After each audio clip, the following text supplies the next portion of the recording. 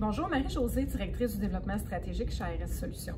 Aujourd'hui, je vais vous partager ce que vous devez savoir sur les cyberassurances.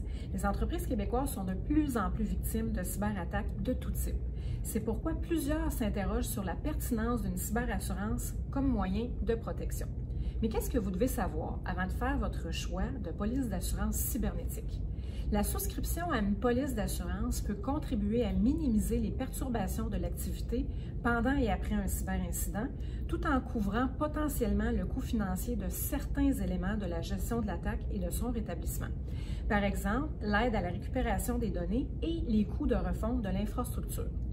Par contre, la récupération de l'intégralité des données est loin d'être garantie et la probabilité qu'une organisation ayant subi un incident de sécurité en subisse un autre dans les 2 années qui suivent est de 1 sur 3. Pourquoi? Parce que les données se retrouvent dans le dark web. Elle devient alors une cible de choix pour une succession d'attaques. Si la mise en place d'une forme de cyberassurance peut aider une entreprise en cas d'attaque, cette dernière est également responsable de sa propre cybersécurité parce que cette responsabilité-là ne peut pas être transférée à l'assureur. L'assurance cybernétique ne résoudra pas instantanément tous vos problèmes de cybersécurité et n'empêchera pas une cyberattaque, indique le Centre national de cybersécurité. Les entreprises vont devoir être assurables, c'est-à-dire démontrer qu'elles mettent en place les mesures nécessaires pour se protéger. Qui a besoin d'une cyberassurance? Toute entreprise qui s'appuie sur la technologie pour mener ses activités. Les données personnelles privées, telles que les coordonnées des clients ou du personnel, la propriété intellectuelle ou les données financières sensibles, sont toutes potentiellement très lucratives pour les cybercriminels qui pourraient tenter de s'introduire dans le réseau et de les voler. Ceux-ci peuvent également paralyser un réseau avec un rançongiciel. Les demandes d'indemnisation sont déclenchées par de nombreux types d'incidents, les plus courants étant les rançongiciels, les attaques frauduleuses par transfert de fonds et les escroqueries par compromission du courrier électronique professionnel.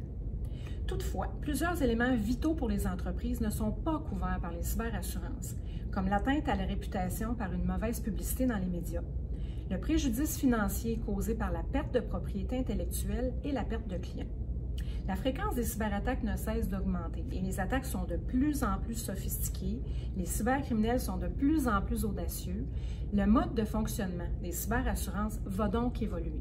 C'est inévitable, les assureurs ne proposeront pas des polices d'assurance aux entreprises qui accordent peu d'attention à leur cybersécurité. De plus, quand on a recours à une cyberassurance suivant une attaque, c'est qu'il est déjà trop tard. C'est donc primordial de mettre en place des mesures de protection dès maintenant. La meilleure option, c'est de vous préparer et de commencer par mettre en place les 3 incontournables suivants. Premièrement, une stratégie de sauvegarde adaptée au ransomware. Deuxièmement, la cybersurveillance. Troisièmement, un programme de formation et de simulation d'hameçonnage auprès de vos employés.